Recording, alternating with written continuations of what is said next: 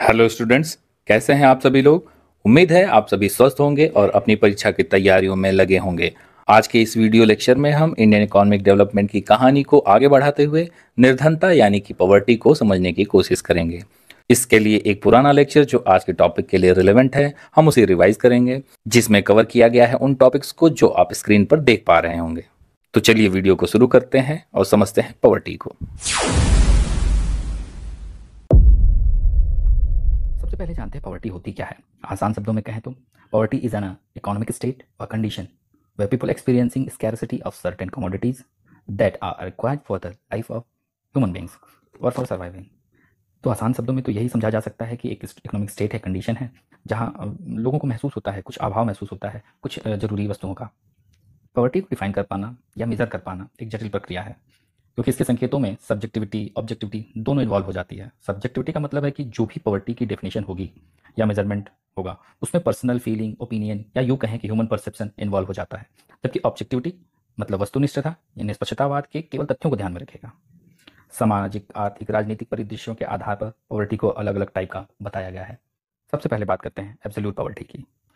इसे extreme poverty भी कहा जाता है, क्योंकि यदि कोई व्यक्ति बेसिक नीड्स को जैसे food, clean water, health, shelter, education आदि को प्राप्त नहीं कर पाता या कठिनता से प्राप्त करता हो तो उसे हम एब्सोल्यूट पॉवर्टी की कंडीशन कहेंगे। आमतौर पर एब्सोल्यूट पॉवर्टी से प्रभावित परिवारों में child death rate preventable diseases जैसे कि मलेरिया, कॉलेरा आदि से ज़्यादा होती है। यह आमतौर पर विकसित देशों में देखने को नहीं मिलता। आमतौर पर ये विकासशील देशों में ही ज़्यादातर पाया जाता है यह कंडीशन। 1990 में पहली बार डॉलर अ डे का कॉन्सेप्ट आया, जो पॉवर्टी लाइन को सिग्निफाई करता था। इसके अनुसार यदि कोई व्यक्ति $1 खर्च नहीं कर पाता या अर्न नहीं कर पाता, कंजम्पशन $1 से कम करता है, तो एब्सोल्यूट पॉवर्टी से ग्रसित माना जाएगा। बाद में 2015 में इसी $1 को बढ़ा करके $1.90 पर डे कर दिया गया। हालांकि ये कंट्रोवर्शियल रहा, इसलिए प्रत्येक देश ने खुद के लिए अलग पॉवर्टी लाइन को एस्टिमेट किया है। अगला टाइप है रिलेटिव पॉवर्टी का, जो कि आधारित होता है सोशियो इकोनॉमिक स्टैंडर्ड के तुलनात्मक अध्ययन पर। ऐसा कहा जा सकता है कि यह इनकम इनक्वालिटी को माप कर पाती है। उदाहरण ले लें कि मैं अंबानी से गरीब हूँ बट एब्सोल्यूट पुअर नहीं हूँ, क्योंकि मैं अपनी बेसिक नीड्स को तो पूरी कर पाता हूँ, बट लेकिन मेरे घर का बिजली का बिल लाखों में नहीं आता। भाई गरीब आदमी हूँ, 100-200 हज़ार में ही निपट जाते हैं हम। आमतौर पर रिलेटिव पॉवर्टी को जनसंख्या के प्रतिशत के रूप में मापा जाता है। यह अमीर और विकसित देशों में गरीबी दर का पता लगाने के लिए व्यापक रूप से इस्तेमाल किया जाता है। अगला है सिचुएशनल पॉवर्टी। यह एक अस्थायी प्रकार की होती है, जो किसी इन्वायरमेंटल डिजास्टर, जॉब लॉस या फिर गंभीर स्वास्थ्य समस्या के कारण कुछ दिनों के लिए आ जाती है। इसमें व्यक्ति थोड़ी भी सहायता मिल जाने पर रिकवर कर लेता है, क्योंकि ये दुर्भाग्यपूर्ण घटना की वजह से होती है। आप कोविड-19 की सिचुएशन को कंसीडर कर सकते हैं। बहुत से लोग गरीबी रेखा के नीचे चले गए, क्योंकि कोविड एक डिजास्टर ही है।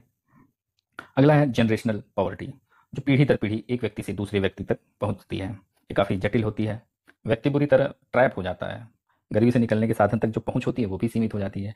ऐसे परिवार जहां 2 पीढ़ियां कम से कम गरीबी का सामना करती हों अक्सर देखने को मिलता है। नेक्स्ट है रूरल पॉवर्टी। ग्रामीण क्षेत्रों में जहां जनसंख्या 50,000 से कम है मापी जाती है। ऐसे क्षेत्रों में जॉब अपॉर्चुनिटी कम होती है, सेवाओं तक पहुंच कम, सामाजिक सुरक्षा का अभाव तथा साथ ही गुणवत्ता परक शिक्षा का भी अभाव होता है। ज़्यादातर परिवार कृषि संबंधी कार्य में संलग्न होते हैं। और इसके उलट अर्बन पॉवर्टी, जिसमें 50,000 से अधिक जनसंख्या वाले मेट्रोपॉलिटन क्षेत्रों में कंसीडर किया जाता है। इसमें गरीब व्यक्ति को सीमित स्वास्थ्य और शिक्षा की समस्या, अपर्याप्त आवास संबंधी, अस्वास्थ्यकर पर्यावरण तथा कम अथवा न के बराबर सामाजिक सुरक्षा उपलब्ध होती है। ये सारी समस्याएं अर्बन पुअर को आती हैं। गरीबी को कैटेगराइज करने में एक तरीका गरीबों को विभिन्न वर्गों में बांटना भी है, जिसमें मुख्यतः क्रोनिक पुअर, जिन्हें आगे 2 भागों में बांटा जाता है। एक ऑलवेज पुअर, जो हमेशा गरीबी रेखा के नीचे होते हैं, जबकि दूसरा यूजुअली पुअर, जो एक आध बार गलती से गरीबी रेखा के ऊपर चले जाते हैं, जैसे कैजुअल वर्कर। दूसरा है ट्रांजिशनल पुअर, जिसमें मुख्यतः होते हैं चर्निंग पुअर और ओकेशनली पुअर। चर्निंग पुअर जो गरीबी रेखा के ऊपर नीचे होते रहते हैं, कभी कुछ ज़्यादा पैसे आ गए, कम पैसे आ गए, ऊपर नीचे होते रहते हैं, जैसे स्मॉल फार्मर या कोई सीजनल वर्कर।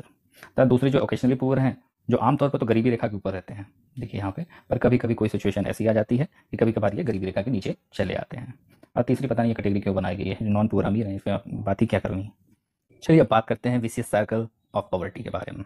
ऐसा कहा जाता है कि a country is the poor because the country is poor. अरे वाह, क्या बात बोल दी मैंने। अब ये क्या बात हुई, चलिए समझते हैं। अगर एक व्यक्ति गरीब है तो एक हेल्दी डाइट अफोर्ड नहीं कर सकता। हेल्थ अच्छी नहीं होगी, और हेल्थ अच्छी नहीं होगी तो प्रोडक्टिविटी भी अच्छी नहीं होगी। वर्किंग कैपेसिटी कम हो जाएगी, फिर से वो इतना कमा नहीं पाएगा कि अच्छा खा सके और एजुकेशन पर खर्च कर सके, और ये विशियस सर्कल चलता रहेगा। गरीब देशों के संदर्भ में विशियस साइकिल डिमांड और सप्लाई दोनों साइड में हो सकते हैं। अगर हम सप्लाई साइड में देखें तो लो लेवल रियल इनकम मतलब कि सेविंग कम होगी, और सेविंग कम है तो इन्वेस्टमेंट में कमी होगी, और इन्वेस्टमेंट में कमी है तो कैपिटल डेफिशिएंसी आ जाएगी, जिससे प्रोडक्टिविटी कम हो जाएगी और फिर से लो इनकम वाली सिचुएशन बन जाएगी। अगर वहीं डिमांड साइड की बात करें तो लो लेवल रियल इनकम होगी तो लो लेवल पर रहेगी डिमांड भी, और जिससे इन्वेस्टमेंट भी लो जाएगा और प्रोडक्टिविटी लो जाएगी और फिर से इनकम लो। तो इस वित्तीय साइकिल को तोड़ा कैसे जाए, प्रोफेसर रगनार नर्क से बताते हैं। क्योंकि low rate of saving and investment एक कारण है, ऐसे में कैपिटल फॉर्मेशन कैसे किया जा सकता है कंजक्शन को कम किए बगैर। कंजम्पशन कम कर देते हैं तो कैपिटल फॉर्मेशन कुछ सेविंग हो जाएगी, फॉर्मेशन हो सकता है। लेकिन नक्शे जी एक सुझाव देते हैं कि इन्वेस्टमेंट किया जाए तो कई इंडस्ट्री जो स्मॉल जो भी इंडस्ट्रीज हैं कई इंडस्ट्री में एक साथ किया जाए। तो ऐसे में क्या होगा कि एक इंडस्ट्री का जो वर्कर होगा वो दूसरे इंडस्ट्री के प्रोडक्ट्स का कंज्यूमर बन जाएगा। ऐसे ही सभी के साथ वाइस वर्सा चलता रहेगा तो कुछ म्यूचुअल डिमांड क्रिएट की जा सकती है या हो सकती है। ऐसे में इस विषय साइकिल को तोड़ने का एक रास्ता दिखाई जरूर देता है। अभी कितना प्रभावी होता है ये तो बात की बात है। अब बात करते हैं पॉवर्टी मेजरिंग टूल्स की। सबसे पहला है हेड काउंट रेशियो। जनसंख्या का जो भी प्रपोर्शन पॉवर्टी थ्रेशोल्ड या पॉवर्टी लाइन के नीचे होता है को काउंट किया जाता है। यह नंबर को बताता है कि कितने प्रपोर्शन गरीबी रेखा के नीचे हैं। इस टूल का एक अप्रिय चरित्र यह है कि ये तो बताता है कि कितने नंबर पॉवर्टी लाइन के नीचे हैं, लेकिन ये उस पॉवर्टी की डेप्थ क्या है उसको एकदम बिल्कुल पूरी तरीके से इग्नोर कर देता है। पॉवर्टी गैप इंडेक्स ये हेड काउंट रेशियो से अलग है और पॉवर्टी की इंटेंसिटी है और सेवेरिटी है उसको भी नापता है। आपको कैलकुलेट करना है तो क्या poverty line minus average income of poor upon poverty line into 100 तथा इस पॉवर्टी लाइन के नीचे इनकम गैप के बराबर माना जाता है। पॉवर्टी लाइन के परसेंटेज के रूप में निकाला जाता है। स्क्वायर्ड पॉवर्टी इंडेक्स या इनक्वालिटी के डायमेंशन को भी ऐड करके पॉवर्टी गैप इंडेक्स को और अधिक गुणवत्ता युक्त बना देता है। एक और है स्ट्रेन इंडेक्स। चलिए अब बात करते हैं पॉवर्टी लाइन की। Poverty line estimated minimum level of income है जो आवश्यक है जीवन की मूलभूत आवश्यकताओं को पूरा करने के लिए। दादा भाई नौरोजी ने जेल कॉस्ट ऑफ लिविंग के आधार पर सबसे पहली बार भारत में आज़ादी से पूर्व पॉवर्टी लाइन को अनुमानित करने का प्रयास किया था। एक इंपॉर्टेंट डॉक्यूमेंट इंटरनेट पे अवेलेबल है मिनिस्ट्री ऑफ रूरल डेवलपमेंट का। इसे तैयार किया गया डॉक्टर सीमा गौरव डॉक्टर एन श्रीनिवासन राव के द्वारा। इसके आधार पर अब हम बात करेंगे पॉवर्टी लाइन के एस्टिमेशन की। अगर पॉवर्टी लाइन के एस्टिमेशन की बात करें और मेथोडोलॉजी को जाने तो भारत के संदर्भ में हम इसे प्री इंडिपेंडेंस और पोस्ट इंडिपेंडेंस की कैटेगरी में डिवाइड कर सकते हैं। दादा भाई नौरोजी ने अपनी पुस्तक पॉवर्टी एंड अनब्रिटिशर्स रूल 1901 में 1867-68 के प्राइस पर पहली बार पॉवर्टी लाइन का एस्टिमेशन किया था। जो निर्वाह राशि एक इमिग्रेंट कूली जो साउथ एशिया में कूली यानी कि अनस्किल्ड मजदूर को कहते हैं को दी जाती थी, उसके आधार पर उन्होंने बताया कि 16 रुपये से 35 रुपया पर कैपिटा पर ईयर, ध्यान दीजिएगा पर ईयर है, को पॉवर्टी लाइन उन्होंने बताया था। इसे भी ध्यान में रखिएगा। पिछली बार ये क्वेश्चन भी आया था पॉवर्टी एंड अनब्रिटिशर्स रूल 1901 में जो किताब लिखी गई थी इसका ईयर पूछ लिया था कि किस साल में ये बुक आई थी। चलिए अगला, फिर उसके बाद नेशनल प्लानिंग कमेटी जो 1938 में बनी थी ने जवाहरलाल नेहरू की अध्यक्षता में पॉवर्टी लाइन का एस्टिमेशन किया। इस कमेटी ने बताया कि 15 रुपये से 20 रुपये पर कैपिटा पर मंथ को न्यूनतम निर्वाह राशि बताया या निर्धारित किया। यहाँ देखिए poverty per capita per month की बात चल रही। अगला है बॉम्बे प्लान जो 1944 में आया, ने पॉवर्टी लाइन को 75 रुपया पर कैपिटा पर ईयर बताया। तो ये देखिए प्री इंडिपेंडेंस की बात हमने की। अब अगर हम पोस्ट इंडिपेंडेंस की बात करें तो वर्किंग ग्रुप 1962, इस ग्रुप ने बैलेंस डाइट को कंसिडर किया जो nutritional advisory group Indian council of medical research 1958 द्वारा जारी किया गया था। ग्रुप ने 1960-61 के प्राइस पर रूरल एंड अर्बन एरिया के लिए सेपरेट पॉवर्टी लाइन बताई जो थी 20 रुपये तथा 25 रुपये पर कैपिटा पर मंथ। साथ ही रीजनल वेरिएशन की कोई बात नहीं की थी तथा एजुकेशन और हेल्थ पर होने वाले खर्च को कैलकुलेट नहीं किया। ऐसा इंजम्पशन रखा कि ऐसा माना कि ये खर्च जो है वो स्टेट या राज्य खुद वहन करेगा। हालांकि में कोई आधिकारिक पॉवर्टी लाइन नहीं थी, फिर भी 1960 से 1970 तक के बीच में इसका प्रयोग ज़्यादा हुआ। अगली study by V M Dandekar and N Rath 1971 द्वारा की गई। इससे पहले सिस्टमेटिक असेसमेंट आप कह सकते हैं नेशनल सैंपल सर्वे का डाटा का प्रयोग किया। हालांकि ये study planning commission of India द्वारा कमीशन नहीं की गई थी। इस अध्ययन में 250 कैलोरी पर डे को ग्रामीण व शहरी क्षेत्रों में खरीद पाने की जो क्षमता का को पॉवर्टी लाइन बताया गया। 1960 और 61 के प्राइस पर 15 रुपये ग्रामीण क्षेत्र के लिए तथा 22.5 रुपये per capita per month calculate की गई शहरी क्षेत्र के लिए। अगला टास्क फोर्स थी डॉक्टर वाई के अलग 1979। पहली बार ऑफिशियल पॉवर्टी लाइन एस्टिमेशन आप कह सकते हैं इसे 1977 में टास्क फोर्स को बनाया गया, गठित किया गया और 1979 में रिपोर्ट सबमिट की गई। इसकी पॉवर्टी लाइन को पर कैपिटा कंजम्पशन एक्सपेंडिचर के आधार पर ग्रामीण क्षेत्रों के लिए 2400 केसीएल तथा शहरी क्षेत्रों के लिए 2100 KCL per capita per day के हिसाब से कैलकुलेट किया गया। 1973-74 के प्राइस पर रूरल एंड अर्बन एरिया के लिए क्रमशः 49.09 तथा 56.64 per capita per month poverty line को बताया गया। 1989 में प्लानिंग कमीशन ने लक्कड़वाला एक्सपर्ट ग्रुप को कंस्टिट्यूट किया ताकि पॉवर्टी लाइन को रीडिफाइन किया जा सके। यदि आवश्यकता हो तो 1993 में रिपोर्ट सबमिट करी लकड़वाला एक्सपर्ट ग्रुप ने, पर इस ग्रुप ने पॉवर्टी लाइन को रीडिफाइन नहीं किया और ग्रामीण व शहरी क्षेत्रों के आधार पर वाई के अलग कमेटी के राष्ट्रीय स्तर के लिए उपयुक्त बताया। परंतु स्टेट स्पेसिफिक पॉवर्टी लाइन की बात जरूर करी इस एक्सपर्ट ग्रुप ने, ताकि इंटर स्टेट डिफरेंसेस या जो प्राइस में इंटर स्टेट डिफरेंसेस है उसको काउंटर किया जा सके। साथ ही सुझाव दिया कि नेशनल स्टेटिस्टिक को ध्यान में न रखते हुए ग्रामीण क्षेत्रों में consumer price index agriculture labour तथा शहरी क्षेत्रों में consumer price index industrial worker को ध्यान में रखकर किया जाना चाहिए। क्योंकि ऐसा माना गया कि जो बास्केट गुड्स एंड सर्विस का consumer price index industrial worker तथा consumer price index agriculture labour के लिए कैलकुलेशन में प्रयोग किया जाता है वह गरीब व्यक्ति के कंजम्पशन को दर्शाता है। 1997 से 2004-5 तक इसका प्रयोग हुआ, परंतु समय के साथ साथ लकड़वाला एक्सपर्ट ग्रुप की जो मेथडोलॉजी थी उसकी क्रेडिबिलिटी कहीं ना कहीं कम होने लगी। अब जरूरत थी एक और नए एक्सपर्ट ग्रुप की। तो अगला एक्सपर्ट ग्रुप था Tendulkar expert group. Suresh Tendulkar expert group जो 2005, इस ग्रुप ने जो पूर्व की कमेटियां थी उनकी जो 3 महत्वपूर्ण कमियां थी उनको दूर करने का प्रयास किया। पहली कमी थी 1973-74 के पॉवर्टी लाइन बास्केट की जो गुड एंड सर्विसेज थी वर्तमान के कंजम्पशन पैटर्न के हिसाब से सही पिक्चर प्रेजेंट नहीं कर पाती थी। दूसरा जो इशू था इन्फ्लेशन के एडजस्टमेंट का, चाहे वो क्षेत्र के हिसाब से चाहे वो समय के साथ, उसे भी एडजस्ट करने का प्रयास किया।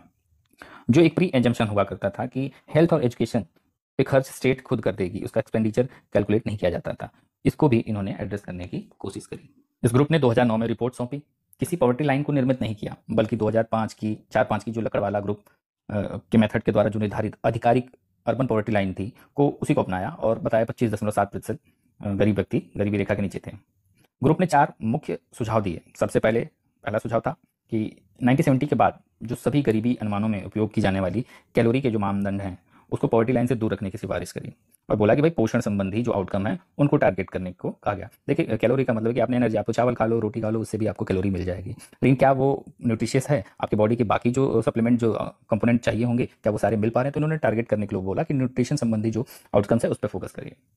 रूरल और अर्बन एरिया के लिए 2 अलग अलग पॉवर्टी लाइन बास्केट के बजाय उन्होंने कहा कि पूरे भारत के लिए एक समान अर्बन पॉवर्टी लाइन बास्केट रखने के लिए इन्होंने बताया, सिफारिश करी कि 2 अलग अलग मत करिए, रूरल और अर्बन के लिए आप एक ही ऑल इंडिया बेस पे बना दीजिए। फिर अगला है, इन्होंने कहा जो यूनिफॉर्म रेफरेंसेस पीरियड के बजाय मिक्स्ड रिस्पॉन्सेज पीरियड के आधार पर एस्टिमेट करना चाहिए पॉवर्टी लाइन का। साथ ही सुझाव दिया कि एजुकेशन और हेल्थ पर खर्च की जाने वाली निजी खर्च को भी पॉवर्टी एस्टिमेशन में इंक्लूड करना चाहिए। जो मंथली हाउस होल्ड कंजम्पशन के बजाय पर पर्सन पर डे कंजम्पशन को ध्यान में रखना चाहिए और ध्यान में रख करके पॉवर्टी लाइन का एस्टिमेशन करना चाहिए। परिणाम स्वरूप 32 रुपये तथा 26 रुपये प्रतिदिन खर्च अर्बन और रूरल एरिया के लिए निर्धारित किया गया। भाई अगर तुम अर्बन एरिया में हो तो तुम 32 रुपये में अपना खर्चा चला लोगे पर डे, और तुम गांव में हो तो तुम 26 रुपये में चला लोगे। गजब की बात है भाई साहब। राष्ट्रीय गरीबी रेखा का निर्धारण 2011-12 में 816 रुपये प्रति माह ग्रामीण क्षेत्र के लिए तथा 1000 रुपये प्रति माह शहरी क्षेत्र के लिए निर्धारित किया गया। अब होना क्या था, ढेर सारी आलोचना हुई तेंदुलकर कमेटी की, तो नई कमेटी बनाई गई रंगराजन कमेटी। इसे 2012 में रंगराजन कमेटी को सेटअप किया गया था और 2014 में इसने अपनी रिपोर्ट सौंप दी थी। कमेटी ने जो separate all India rural and urban poverty line basket को दोबारा से यूज़ करने के लिए सुझाव दिया कि आप इसे दोबारा लेके आइए और जो स्टेट और इसी के आधार पर स्टेट रूरल लेवल तथा स्टेट अर्बन लेवल के पॉवर्टी लाइन का निर्धारण किया जाए। उन्होंने सेपरेट कंजम्पशन बास्केट बनाया जाए रूरल और अर्बन एरिया के लिए, ऐसा रिकमेंड किया, जिसमें कैलोरीज, प्रोटीन, फैट इंटेक और नॉन फूड आइटम जैसे clothing, education, health, housing, transport के जो एक्सपेंडिचर हैं उन्हें शामिल किया जाए पॉवर्टी लाइन बास्केट में। हालांकि सरकार ने इसे ज़्यादा भाव दिया नहीं और तेंदुलकर कमेटी के आधार पर जो पॉवर्टी लाइन का निर्धारण है उसे जारी रखा, जिसके अनुसार 21.9% लोग गरीबी रेखा के नीचे थे। तो गवर्नमेंट है भाई उसे जिस भी मेथड में सबसे कम दिखेगा वो उसे इजीली अडॉप्ट कर लेगी, क्योंकि उसे भी पब्लिक को जवाब देना होता है। इसके बाद 1992 से बीपीएल सेंसस और the identification of poor house hold भी किया गया। इन सबको करते रहे, क्योंकि बीपीएल हाउस होल्ड की पहचान भी तो होनी चाहिए कि हम माने किसे कौन है गरीब, कौन सा परिवार गरीब है। तो बीपीएल सेंसस कराया जाता रहा। ऐसे में 4th बीपीएल आइडेंटिफिकेशन जो एक एक्सरसाइज के लिए कोई अल्टरनेटिव मेथड की मांग होने लगी, भाई कुछ और नया लेके आए। तो देखिए मिनिस्ट्री ऑफ जो रूरल डेवलपमेंट है वही बीपीएल हाउस होल्ड की पहचान करती है। तो रूरल डेवलपमेंट की जो मिनिस्ट्री थी उसने एक एक्सपर्ट कमेटी का गठन कर दिया, जिसे लीड किया गया डॉक्टर एनसी सक्सेना के द्वारा। डॉक्टर एनसी सक्सेना कमेटी के रिकमेंडेशन पर 2011 में मिनिस्ट्री ऑफ रूरल डेवलपमेंट ने लॉन्च किया सोशियो इकोनॉमिक कास्ट सेंसस। इस सोशियो इकोनॉमिक कास्ट सेंसस ने जो हाउस होल्ड थे उनको 3 मेन कैटेगरी में डिवाइड कर दिया। पहली कैटेगरी थी ऑटोमेटिक एक्सक्लूडेड कैटेगरी, दूसरी थी ऑटोमेटिक इंक्लूडेड कैटेगरी और तीसरी थी अदर। जो ऑटोमेटिक एक्सक्लूडेड कैटेगरी थी उसमें 13 एसेट्स को काउंट किया जाता था, उसी के इंडिकेटर को देखा जाता है कि अगर इनमें से कोई भी आपके पास है तो आप एक्सक्लूड हो जाएंगे, ये कैटेगरी रहेगी। और दूसरी थी, इसमें से 5 अगर आपके पास डिप्रिवेशन बताया गया, डिप्रिवेशन के इंडिकेटर, अगर उन 5 सोशली डिस्ट्रीब्यूशन पैरामीटर में आप आते हैं तो आप ऑटोमेटिक इंक्लूड हो जाते हैं किसी भी वेलफेयर स्कीम के लिए। पर अगर अदर्स के लिए बताएगा कि 7 ऐसे इंडिकेटर हैं जो कि बाद में देखा जाएगा कि आप किस में आते हैं। अभी बात करते हैं इसके बारे में। तो सोशियो इकोनॉमिक कास्ट सेंसस ने जो डाटा प्रेजेंट किया उसमें है कि 17.97 करोड़ रूरल हाउसहोल्ड को का जो डाटा है वो कैप्चर किया गया। देखिए हाउसहोल्ड की बात चल रही है, इंडिविजुअल मत समझिएगा। जिसमें से 7.07 करोड़ यानी कि 39.36% ऑटोमेटिक एक्सक्लूडेड हो गए, मतलब गरीब है ही नहीं, ऐसा माना गया। और इसके उलट 0.16 करोड़ यानी 0.91% ऑटोमेटिकली इंक्लूड हो गए, क्योंकि पूरे रेस्ट ऑफ पुअर थे। बाकी के बच्चे जो 8.72 करोड़ यानी कि 48.54% जो रूरल हाउसहोल्ड को अदर की कैटेगरी में रखा गया, और उन्हें 7 इंडिकेटर के बेस पर रैंकिंग की गई कि क्या ये गरीब हैं। आइए इन 7 इंडिकेटर्स को देखते हैं। ये देखिए, ये 7 क्राइटेरिया थे। पहला, household with only 1 room with no solid walls and roof, अगर ऐसा है तो गरीब हो तुम। Household with no adult male age 15 से 59 साल की कोई मेल मेंबर नहीं है तो भी गरीब हो तुम। फीमेल हेडेड हाउस होल्ड है तो उसे तो गरीब ही मान लेते हैं हमारे देश में। Household with differently able member, household with no able body member, so SC/ST household with no literate member above the age of 25, landless household deriving major portion of their income from manual labor। तो ये जो 7 category बनाई गई, अगर इस category में कोई fall करता है तो वो क्या होगा, वो भी वेलफेयर स्कीम के एम्बिट में आएगा। इसके आधार पर सुमित बोस कमेटी 2017 ने रिकमेंड किया कि सोशियो इकोनॉमिक कास्ट सेंसस 2011 के जो डाटा हैं उसके आधार पर बेनिफिशरीज को आइडेंटिफाई किया जाए, सेंट्रली स्पॉन्सर्ड, सेंट्रल और स्टेट गवर्नमेंट की इस स्कीम के लिए जितना भी संभव एज फार एज पॉसिबल हो सके। अंतर्राष्ट्रीय स्तर पर पॉवर्टी के मेजरमेंट को देखें तो सबसे पहले नाम आता है मल्टी डायमेंशनल पॉवर्टी इंडेक्स का। यह इंडेक्स ऑक्सफोर्ड यूनिवर्सिटी के रिसर्चर सबीना अलकीरे और जेम्स फोस्टर ने जारी किया। सबसे प्रतिवर्ष यूनाइटेड नेशन डेवलपमेंट प्रोग्राम तथा Oxford Poverty and Human Development Initiative, in short OPHI कह सकते हैं, द्वारा जारी किया जाता है। ये इंडेक्स 3 डायमेंशन हेल्थ, एजुकेशन और लिविंग स्टैंडर्ड, शॉर्ट में HEL कह सकते हैं, कि में 10 इंडिकेटरों को शामिल करता है। हेल्थ में चाइल्ड मोर्टलिटी, न्यूट्रिशन को, एजुकेशन में year of schooling, school attendance को, लिविंग स्टैंडर्ड में cooking fuel, sanitation, drinking water, housing, electricity और एसेट्स की बात करता है। इन तीनों का वेटेज 1/3 होता है। एक व्यक्ति मल्टी डायमेंशनल पुअर तब होगा यदि 10 इंडिकेटरों में से 1/3 या उससे अधिक में डिप्राइव्ड होता है या वंचित रहता है। यदि आधे या आधे से अधिक संकेतकों में या इंडिकेटरों में वंचित रहता है तो ऐसे व्यक्ति को एक्सट्रीम मल्टी डायमेंशनल पुअर व्यक्ति कहा जा सकता है। अब मल्टी डायमेंशनल पॉवर्टी इंडेक्स 2022 के जो महत्वपूर्ण तथ्य हैं उनका एक बार हम यहाँ जिक्र कर लेते हैं। इस रिपोर्ट के अनुसार 1.2 बिलियन लोग पूरे विश्व में मल्टी डायमेंशनली पुअर हैं। इनमें लगभग आधे से ज़्यादा गंभीर गरीबी में जीवन व्यतीत कर रहे हैं। लगभग आधे यानी कि 593 मिलियन 18 वर्ष से कम आयु के हैं। सबसे ज़्यादा गरीब व्यक्ति सब सहारन अफ्रीका 579 मिलियन, इसके बाद साउथ एशिया 385 मिलियन में है। ये दो क्षेत्र पूरे विश्व के 83% गरीबों का घर आप कह सकते हैं। कोविड-19 पेंडेमिक के कारण 3 से 10 साल में जो पॉवर्टी रिडक्शन हुआ था उसे मिट्टी में मिला दिया गया। वर्ल्ड फूड प्रोग्राम के अनुसार 193 मिलियन लोग 2021 में फूड क्राइसिस का सामना कर रहे हैं। भारत के विषय में यह रिपोर्ट बताती है कि विश्व में सबसे ज़्यादा गरीब व्यक्ति 22.8 करोड़ तथा नाइजीरिया 9.6 करोड़ दूसरे स्थान पर है, यानी कि भारत में सबसे ज़्यादा गरीब लोग हैं। 22.8 करोड़ में से 2/3 लोग ऐसे घर में रहते हैं जिसमें कम से कम एक व्यक्ति न्यूट्रिशन से डिप्राइव्ड है या वंचित है। भारत ने 2005 से 2019-21 तक 15 वर्षों के दौरान 41.5 या 415 मिलियन लोगों को पॉवर्टी से बाहर निकाला है।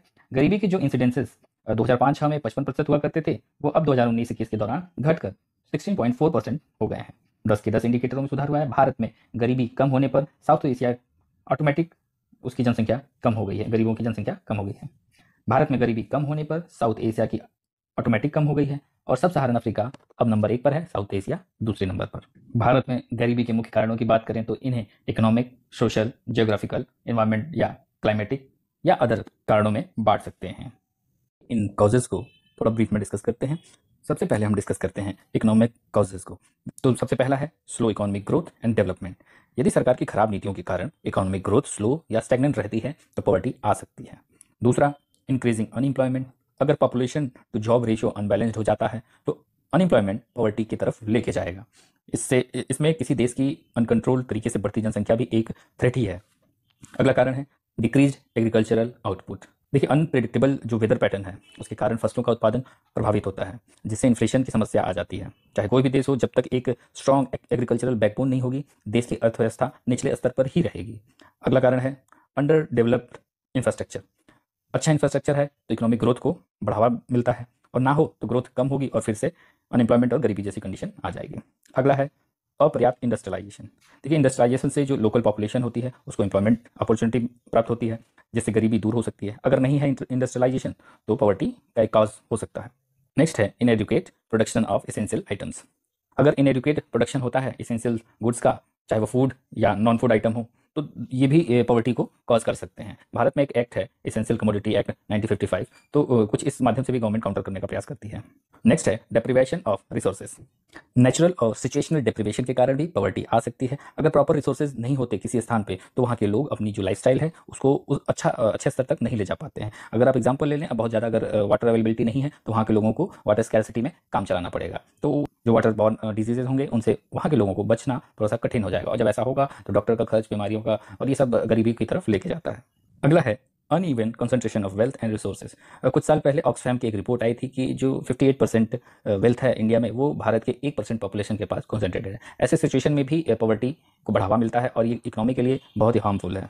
अगला है अंडर यूटिलाइज्ड नेचुरल रिसोर्सेज। अगर नेचुरल रिसोर्सेज का प्रॉपर यूटिलाइजेशन नहीं हो पा रहा है या अंडर यूटिलाइजेशन हो रहा है तो भी गरीबी का कारण बन सकता है। अब देखिए, कुछ नेचुरल रिसोर्सेज, देखिए अब ऐसे आप तो एग्जांपल में कह सकते हैं कि झारखंड है, उड़ीसा है, इनके पास नेचुरल रिसोर्सेज तो बहुत सारे हैं, पर इनका जो प्रॉपर यूटिलाइजेशन है वो नहीं हो पाया है। जो लोकल पॉपुलेशन है उसको उतना डेवलपमेंट का शेयर नहीं मिला है। तो कुछ इन कारणों से अगर अंडर यूटिलाइज रह पाता है या प्रॉपर यूटिलाइजेशन नहीं आता है नेचुरल रिसोर्सेज का, तो भी गरीबी आ सकती है। नेक्स्ट है इकोनॉमिक इन्फ्लेशन। हाँ, ये महंगाई के नाम पे तो हम सभी परेशान रहते हैं। इस समय हमारा 7 के ऊपर चल रहा है। खैर, फिलहाल तो हम पूरे विश्व से तुलना करें तो हमारे यहाँ इन्फ्लेशन काफ़ी कंट्रोल में है, लेकिन इन्फ्लेशन भी गरीबी को बढ़ावा देती है। पहले हम आलू खरीदते थे 50 रुपये में 5 किलो, अब हम खरीद रहे हैं 50 रुपये में 1 किलो, तो कहीं ना कहीं हमारी जेब से ज़्यादा पैसे जा रहे हैं और नतीजन हम थोड़े बहुत गरीबी की तरफ ज़्यादा बढ़ रहे हैं।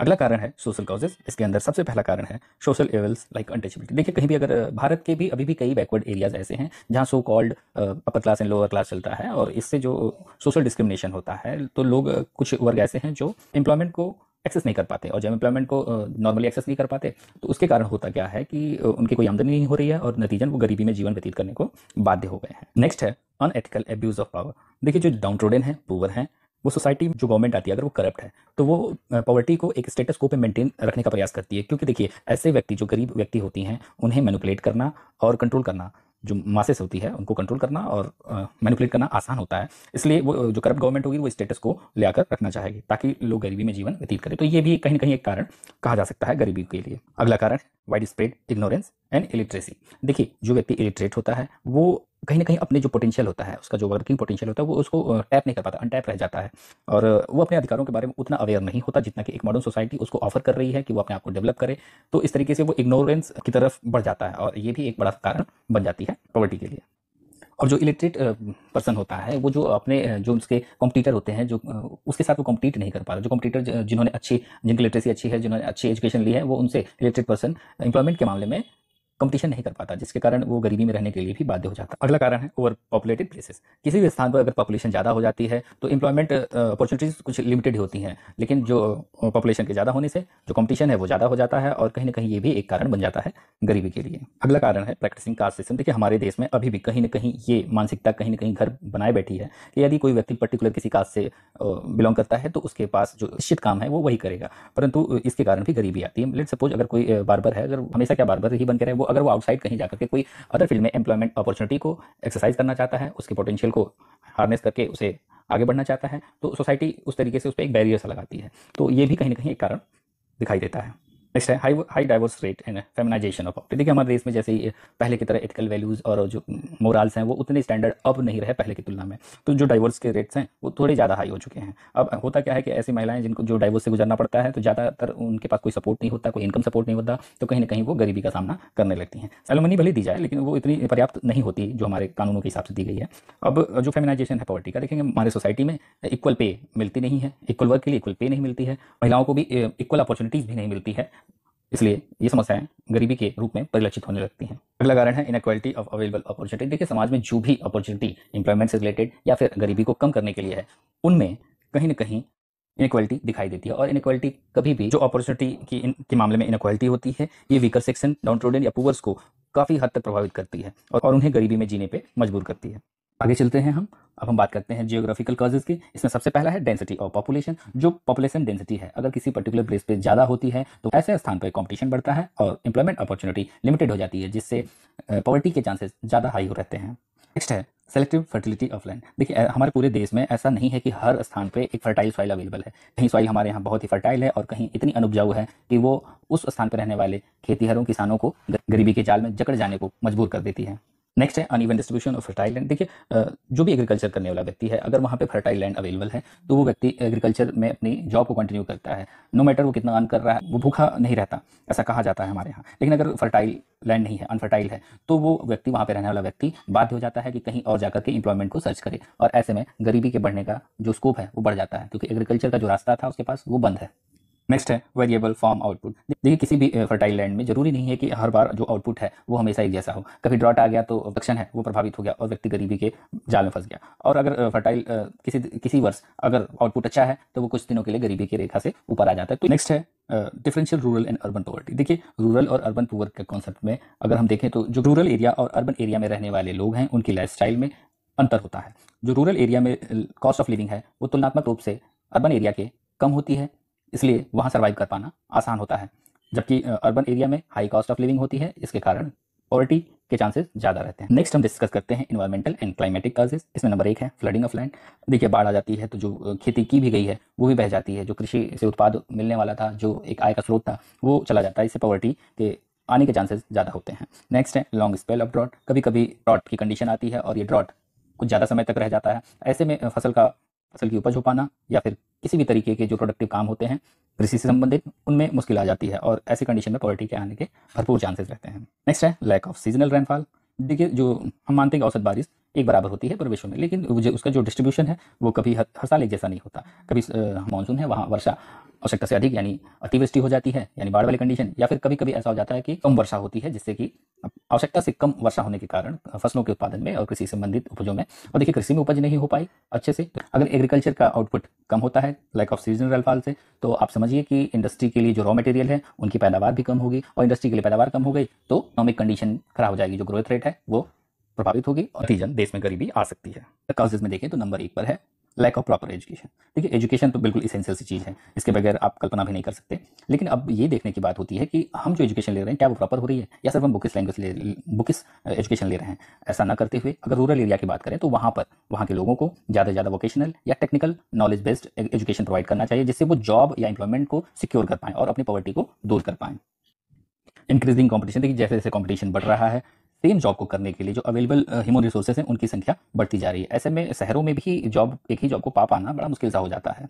आप इसे ओवर एजुकेशन या ज़्यादा एजुकेशन का साइड इफेक्ट भी कह सकते हैं, लेकिन ऐसी कंडीशन में भी एम्प्लॉयमेंट को प्राप्त कर पाना मुश्किल होता है और नतीजन व्यक्ति गरीबी की तरफ अग्रसर हो जाता है। नेक्स्ट है more demand and less supply. ये भी एक इशू है। अगर आप चाहते हैं कि आपका देश गरीबी से मुक्त हो जाए तो ऐसे कंडीशन में आपको डिमांड और सप्लाई वाले मुद्दे पे काम करना जरूरी होगा। अगर आप एक एग्जांपल लें एडिबल ऑयल के बारे में, तो एडिबल ऑयल जो हम कंज्यूम करते हैं, जितना हमारा कंजम्पशन है, हम उतने उसकी प्रोडक्शन नहीं कर पाते। नतीजन हमें क्या करना होता है, इंपोर्ट करना होता है। इंडोनेशिया, मलेशिया जैसे देशों से हम पाम ऑयल खरीदते हैं और अपनी कंजम्पशन को फुलफिल करते हैं। तो ऐसी कंडीशन में एडिबल ऑयल हमारे देश में काफ़ी महंगा मिलता है। अभी आप रिसेंट एग्जाम्पल आप टमाटर के लिए देख लीजिए। टमाटर आज के डेट में 70 या 50 के ऊपर के दाम पे बिक रहा है, लेकिन यही टमाटर कभी 5 रुपए में भी कोई नहीं खरीदता है। तो ये जो अनबैलेंस्ड है, और भारत में तो अक्सर मैंने ये देखा है कि कोई ना कोई फूड आइटम हमेशा से हाई लेवल पे रहता है, जो आम आदमी के बजट को बिगाड़ता रहता है और उन्हें गरीबी की तरफ धकेलता रहता है। नेक्स्ट है lack of adaptable nature of the rural population. देखिए, हमारी सोसाइटी में चेंजेस हमेशा आते रहेंगे, और अगर आप कितनी आसानी से इन चेंजेस को अडॉप्ट कर लेते हैं ये आपके ऊपर डिपेंड करता है। रूरल एरिया में रहने वाली पॉपुलेशन के लिए एक एग्जम्पशन है कि ऐसा माना जाता है कि रूरल एरिया में रहने वाले लोग जो नए चेंजेस होते हैं टेक्नोलॉजी से रिलेटेड या मॉडर्नाइजेशन से संबंधित, उन्हें अडॉप्ट करने में रिलक्टेंट होते हैं या काफ़ी धीमी गति से अडॉप्ट करते हैं। ऐसे में इसमें सुधार लाने की आवश्यकता है, अवेयरनेस फैलाने की जरूरत है कि जल्द से जल्द चेंजेस को अडॉप्ट करें और मैकेनाइजेशन, मॉडर्नाइजेशन या टेक्निकल एडवांसमेंट की करके हम अपनी गरीबी को दूर कर सकें। एक और मुख्य कारण है मास माइग्रेशन टू सिटी। देखिए रूरल एरिया से कोई भी व्यक्ति जब वो सिटी की तरफ आता है, शहर की तरफ आता है, तो उसका एक मुख्य उद्देश्य होता है कि वो ऐसा सोचता है कि एक बेटर एम्प्लॉयमेंट अपॉर्चुनिटी उसे शहर में मिलेगी। तो अगर ऐसे में गवर्नमेंट यूं करे कि वो रूरल एरिया में ही सफिशिएंट और अच्छे स्तर के एम्प्लॉयमेंट को जनरेट करे, तो ऐसे व्यक्ति कभी भी माइग्रेट नहीं करेंगे और माइग्रेट होकर के जो शहरों में आकर के वो गरीबी में जीवन व्यतीत करते हैं, ऐसा उन्हें नहीं करना पड़ेगा। तो कहीं ना कहीं ये भी एक कारण कहा जा सकता है। अब हम कुछ बातें करते हैं उन गवर्नमेंट पॉलिसीज़ के, उन प्रोग्राम्स के जो पॉवर्टी एलिवेशन के लिए गवर्नमेंट ने स्टार्ट किया है। देखिए कोई भी गवर्नमेंट की स्कीम हो, डायरेक्टली या इनडायरेक्टली कहीं ना कहीं वो पॉवर्टी को एड्रेस जरूर करती है, लेकिन जो डायरेक्टली एड्रेस करती है उनमें से कुछ एग्जाम्पल्स हम स्कीम्स को रिवाइज करेंगे। सबसे पहला है प्राइम मिनिस्टर्स रोजगार योजना। इसे 1993 में इस उद्देश्य से लेके आया गया कि ये सेल्फ एम्प्लॉयमेंट अपॉर्चुनिटी को प्रोवाइड करेगी। जो एजुकेटेड अनएम्प्लॉयड यूथ हैं उनके भी उन्हें कुछ असिस्टेंस दिया जाएगा, जिससे वो अपना कोई बिजनेस स्टार्ट करें, कोई रोजगार चालू करें, खुद भी रोजगार करें और दूसरों को भी रोजगार दें। नेक्स्ट है rural employment generation programme REGP। इसे 1995 में KVIC Khadi and village industry commission ने लॉन्च किया और इसका ऑब्जेक्टिव था कि ये सेल्फ एम्प्लॉयमेंट अपॉर्चुनिटी को क्रिएट करेगा रूरल एरिया में। इस स्कीम के तहत जो एंटरप्रेन्योर होगा वो एस्टेब्लिश कर सकता होगा एक विलेज इंडस्ट्री, जो कुछ मार्जिनल मनी का असिस्टेंस उसे मिल जाएगा KVIC से या बैंक से, और ये कम लगभग मैक्सिमम 25 लाख तक के जो प्रोजेक्ट्स होंगे उनके लिए ये धनराशि उपलब्ध कराई जा सकती है। अगला है नेशनल सोशल असिस्टेंस प्रोग्राम। यह प्रोग्राम 1995-96 में स्टार्ट किया गया। ये मेनली 3 टाइप की सर्विसेज गरीब लोगों को देता था। पहला है नेशनल फैमिली बेनिफिट स्कीम, और दूसरा नेशनल ओल्ड एज पेंशन, और तीसरा नेशनल मैटरनिटी बेनिफिट स्कीम। ये सारे एक्सपेंडिचर सेंट्रल गवर्नमेंट के द्वारा किए जाते थे, लेकिन जो 2001 है उसमें नेशनल मैटरनिटी बेनिफिट स्कीम जो थी इसे हैंडेड ओवर कर दिया गया ministry of health and family welfare को। अगला है स्वर्ण जयंती शहरी रोजगार योजना। इसे 1997 में चालू किया और अगेन वही है सेल्फ एम्प्लॉयमेंट अनएम्प्लॉयमेंट यूथ के लिए अर्बन एरिया में। इसमें एक कैटेगरी ऐड करी गई कि जो अर्बन एरिया में अगर कोई यूथ 9th स्टैंडर्ड की एजुकेशन कंप्लीट कर चुका है और पॉवर्टी लाइन के नीचे जीवन निर्वाह कर रहा है, तो उनके लिए इस स्कीम के तहत असिस्टेंस दिया जाएगा। इसमें कंट्रीब्यूशन था सेंट्रल गवर्नमेंट का 75% और 25% कंट्रीब्यूशन आता था स्टेट गवर्नमेंट से, इसलिए इसे आप सेंट्रली स्पॉन्सर्ड स्कीम कहते हैं। सेंट्रली सेक्टर में सारे पैसे सेंट्रल गवर्नमेंट देती है और सेंट्रली स्पॉन्सर्ड स्कीम में कंट्रीब्यूशन होता है, चाहे 75-25 का हो सकता है, 60-40 का हो सकता है, या किसी भी रेशियो में कंट्रीब्यूशन, लेकिन दोनों गवर्नमेंट्स का होगा, सेंट्रल और स्टेट गवर्नमेंट का। अगली स्कीम है स्वर्ण जयंती ग्राम स्वरोजगार योजना। देखिए ये पिछली वाली थी शहरी और ये है ग्रामीण क्षेत्र के लिए। इसे 1999 में लॉन्च किया गया। इस स्कीम में गवर्नमेंट बैंक क्रेडिट के माध्यम से सेल्फ हेल्प ग्रुप को क्रेडिट अवेल कराती थी, और जो इंटीग्रेटेड रूरल डेवलपमेंट प्रोग्राम था उसके भी जो बेनिफिट्स हैं उसको भी इसमें इंक्लूड कर दिया गया। इस स्कीम के तहत जो पुअर व्यक्ति होता था वो बैंक से लोन और सब्सिडी दोनों को प्राप्त कर सकता था अगर एक स्मॉल एंटरप्राइजेस स्टैब्लिश करना चाहता है। तो ये स्कीम भी सेंट्रली स्पॉन्सर्ड स्कीम है। इसमें भी 75 और 25 के अनुपात में सेंट्रल गवर्नमेंट और स्टेट गवर्नमेंट कंट्रीब्यूशन करते हैं। अगली स्कीम है इंदिरा आवास योजना। आप इसे प्रधानमंत्री आवास योजना जैसा ही समझ सकते हैं। इसमें आपके अगर कच्चा हाउस है तो उसकी सर्विसिंग के लिए, या फिर सेमी पक्का हाउस है तो भी सर्विसिंग के लिए कुछ पैसे दिए जाते थे। इस स्कीम को 1999 से 2000 के बीच वाले सत्र में शुरू किया गया। कुछ क्राइटेरिया यहाँ डिफाइन किए गए थे, पर उसे जानना जरूरी नहीं है। अगला है अंत्योदय अन्न योजना। इसे 2000 में स्टार्ट किया गया। ये हाईली सब्सिडाइज यानी कि 2 रुपये और 3 रुपये पर किलो में गेहूं और चावल अवेल कराता है under targeted public distribution system के तहत। इसमें पहले 25 किलोग्राम पर फैमिली पर मंथ दिया जाता था, लेकिन 2002 के बाद से इसे 35 kg पर फैमिली पर मंथ दिया जाता है। नेक्स्ट एक और प्रधानमंत्री ग्राम सड़क योजना को लॉन्च किया गया 2000 में, और एम था कि जहां भी 500 लोगों की पॉपुलेशन किसी गांव में रहती है तो उस गांव को मुख्य सड़क से, गांव को जनपद की सड़क से जोड़ने का जो कार्यक्रम था उसे प्रधानमंत्री ग्राम सड़क रोजगार योजना के तहत पूरा किया गया। अगला है अन्नपूर्णा योजना। इस स्कीम को इनिशिएट किया गया सन 2000 में और 100% सेंट्रली स्पॉन्सर्ड प्लान था, यानी कि इसमें सेंट्रल गवर्नमेंट ही सारे पैसे वहन करेगी। ये फूड ग्रेन अवेल कराता था सीनियर सिटीजन्स को। यह स्कीम विशेष रूप से सीनियर सिटीजन जो ओल्ड एज पेंशन स्कीम के अंदर आते थे उन्हें इंक्लूड करती थी। साथ ही 10 किलो फूड ग्रेन भी प्रोवाइड किया जाता था फ्री ऑफ कॉस्ट। ये स्कीम 2002-03 के बाद से स्टेट को हैंड ओवर कर दी गई है। अगली स्कीम है प्रधानमंत्री ग्रामोदय योजना। इसे 2000-2001 में लॉन्च किया गया और इसमें एलोकेट किया जाएगा कुछ एडिशनल सेंट्रल असिस्टेंस कुछ सेलेक्टेड बेसिक सर्विसेज के लिए। ये बेसिक सर्विसेज हो सकती हैं प्राइमरी हेल्थ से related, primary education, rural shelter, rural drinking water, nutrition और रूरल इलेक्ट्रिफिकेशन आदि से संबंधित। अगली योजना है वाल्मीकि अंबेडकर आवास योजना। इस योजना को दिसंबर 2001 में लॉन्च किया गया। इसमें जो स्लम ड्वेलर्स हैं उनके हाउस के कंस्ट्रक्शन के लिए कुछ फंड एलोकेट किए जाएंगे, जिसमें सेंट्रल गवर्नमेंट 50% देगी और 50% स्टेट गवर्नमेंट को अरेंज करना होगा। अगली स्कीम है national food for work programme.